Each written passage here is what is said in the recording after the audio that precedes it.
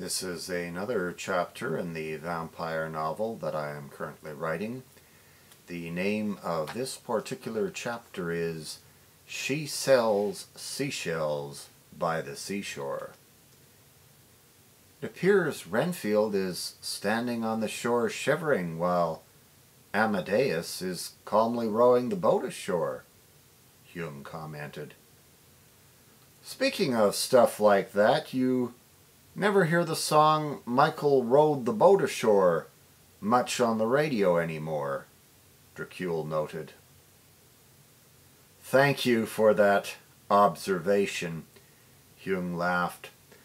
The world would be a lot duller place without your ability to bring in trivia from out of left field.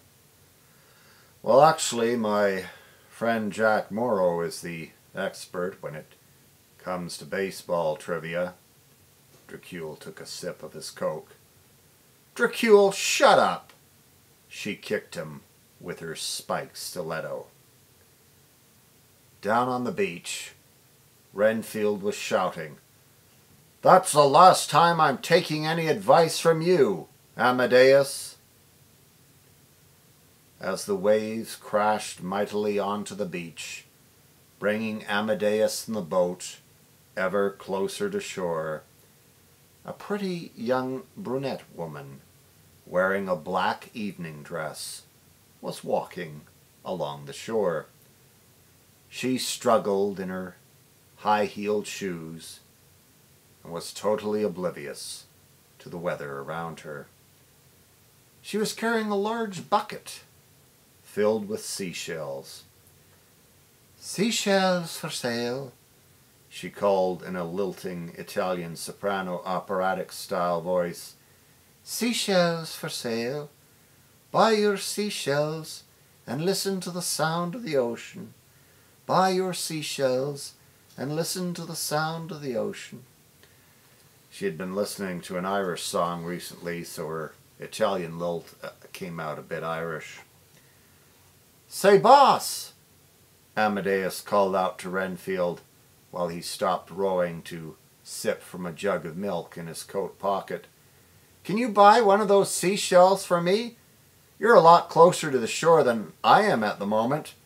I'd like to get one of those to listen to the sound of the ocean." As the ocean waves crashed around Renfield with a mighty roar, Renfield shouted angrily, "You idiot! If you want to listen to the sound of the ocean, just listen to what's around you." Amadeus smiled. "Good point. I better turn down my iPod so I can hear it." "Seashells, signor?" The woman stopped in front of Renfield. "Forgive me for asking, but what are you doing out here on a breezy, rainy, windswept, stormy night like this, walking along the beach in what seems to me to be near tsunami conditions?" Renfield queried. "Selling seashells," the woman replied. "Technically speaking," Amadeus called out from the boat, "while this is a night of raging sea and high waves, it still really wouldn't qualify as a tsunami. A tsunami occurs when—" "Amadeus, shut up!" Renfield barked. "No seashells, signor?" The woman smiled. "No," Renfield shook his head. "Ask her if she's got any oysters." Amadeus wiped some milk off his chin. "I've got a craving for oysters at the moment." "Any oysters?" Renfield buried his head in his hands.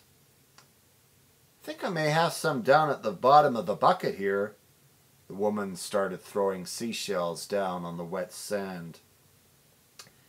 At that moment, a mighty wave finally overturned the boat Amadeus was in. As Amadeus swam to shore, he was quietly sobbing. "What's up with you?" Renfield asked. I know I shouldn't cry over spilled milk," Amadeus blubbered like a whale gaining weight. "But a jug of milk that's free of bovine growth hormone is hard to find these days."